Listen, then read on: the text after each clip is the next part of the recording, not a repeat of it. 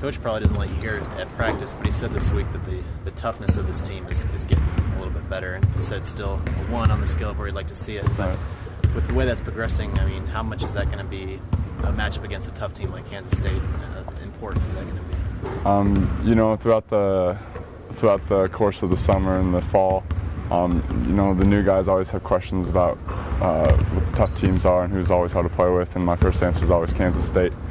They're a great team, very tough. They don't give in to anything, no matter what the situation is, and they got a great coach up there, and Coach Martin, and it's going to be, like you said, a real tough matchup between two tough teams, but we just need to keep growing as a team in terms of our chemistry and coming together in toughness, and we should be able to battle. You know, that's the whole thing. We just want to be able to battle with any team. I know they're all special, but a little extra something for you, just being a native.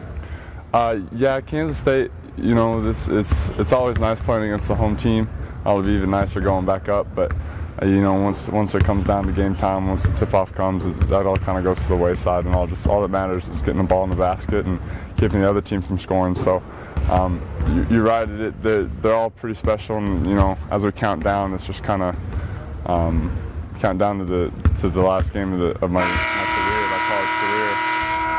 It's nice to reminisce, but at the same time, we need to get a win. We're 0-6 now, or 0-6, and it's getting to the point now where we need to get some wins on the board.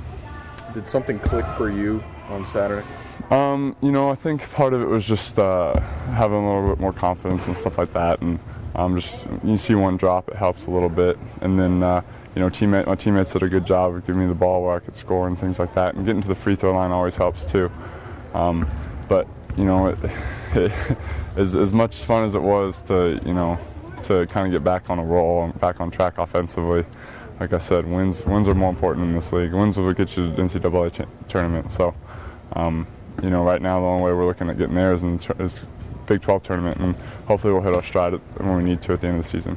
In terms of when you're talking about toughness, how much of toughness is just intrinsic in who a player is, and how much can be learned as you go through the process? You know, I don't think it can be learned, which is, I think part of it, you can do certain things to show toughness, but like true nitty gritty, let's get after it is probably something that's pretty, you know, that's set in your heart at an early age and doesn't really ever go away. So I think there are, you know, little tricks you can do and little things you can do to show toughness, but at the same time, I think like you said, it's very intrinsic and doesn't really come from an outside source. When you play a team as tough as they are, is there sort of like a pride factor deal, knowing that they're going to try to come in here and just bang around? Right. You know, I think that kind of comes with everything, but at the same time, like how we've had a couple of teams come in here and really hand it to us, and we haven't really stepped up to the challenge. So yeah, there's a pride factor, but at the same time, we haven't really stepped up to that. So we need to step up and show our stuff.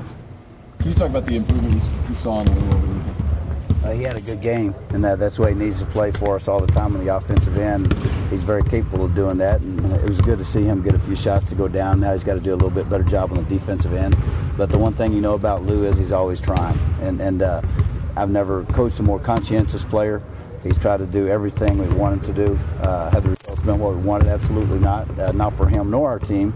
But there's a lot of basketball that you're playing. It's great to see him get back scoring like we think he can, and like we know that he needs to for us to have the best success. Coach, we talked yesterday about Kansas State's toughness, and as well as they rebound the ball, is that kind of a direct correlation there?